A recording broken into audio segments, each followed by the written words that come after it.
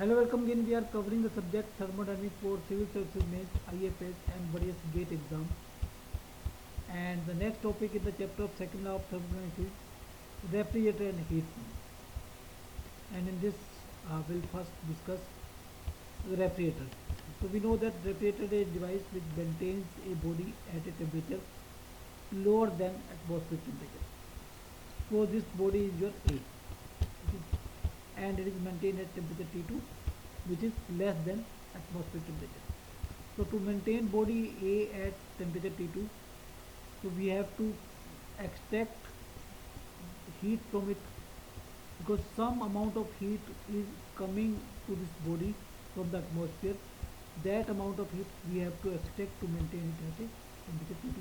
So that amount of heat is Q2 is coming from the atmosphere to the body, and that amount of heat we are extracting to maintain the body at temperature T2. So now this heat Q2 will be taken by the evaporator, in which the refrigerant is flowing. Refrigerant evaporates, that's why the component is called evaporator. Okay. So it gets latent heat of evaporation from the body, and then it is compressed in the compressor, where it's, because now after taking heat from the body air, this is in gaseous state, so it can be compressed in the compressor. So in compressors, pressure and temperature is raised so that the temperature becomes higher than atmospheric temperature. So when its temperature becomes higher than the atmospheric temperature, so it can reject heat to the atmosphere, okay, in the condenser. So this is your T2, this is your compressor C1.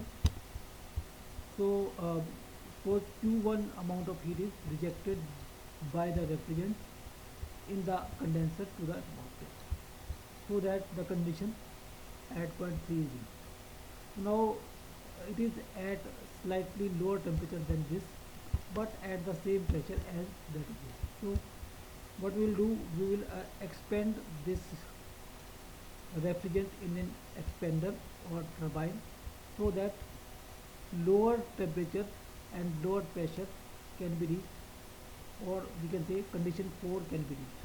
So this, at this point the temperature is lower than this body heat, so that it can take heat from the body. Okay, so that's why here the low temperature and low pressure conditions are maintained.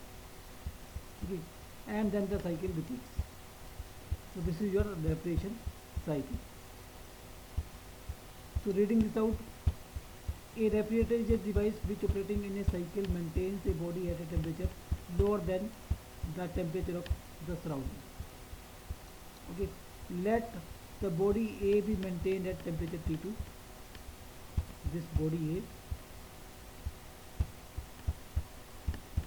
is maintained at temperature T2, which is lower than T1. T1 means atmospheric temperature. T1 is this. Even though A is insulated, there will be the heat leakage Q2 into the body from the surrounding by virtue of temperature difference. So this heat will leak into the body from the surrounding by virtue of temperature difference. Here temperature T1 and here temperature T2, so this amount of heat will go into the body. In order to maintain body A at constant temperature T2, heat has to be removed from the body at the same rate at which the heat is leaking into the body. So this heat we need to remove, okay, that heat is coming in the body, and we have to remove this heat to maintain the body at temperature T2. Okay. Next point, the heat Q2 is absorbed by a working fluid called the refrigerant, which evaporates in the evaporator E1. So this is the refrigerant flowing, and it evaporates in the evaporator E1 at a temperature lower than T2. So this refrigerant is having lower temperature than T2, that's why it can absorb heat. So that we can transfer heat from body A to this refrigerant. Absorbing the latent heat of evaporation from a body A which is cooled or refrigerated, process 4.1. This body A to be cooled, so we are extracting this amount of heat from the body A and supplying it to the refrigerant, and it gets evaporated. And this is your process 4.1.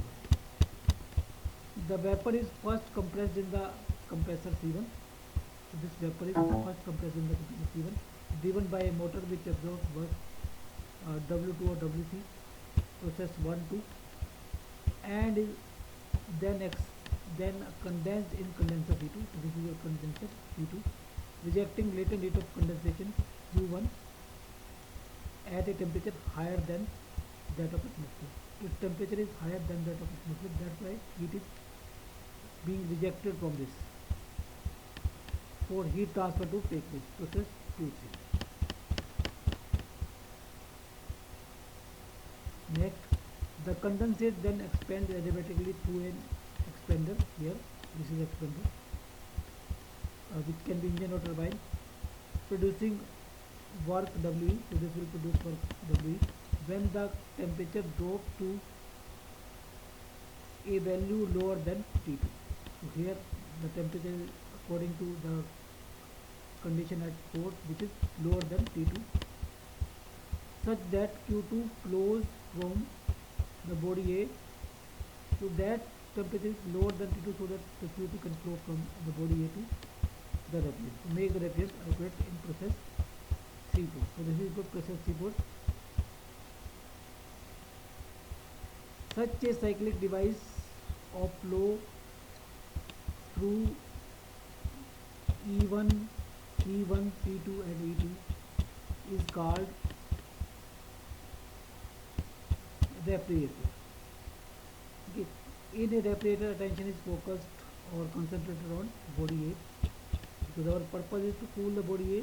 So here we will focus on the heat extracted from the body A, and W is your WC minus W, net one, are of primary interest.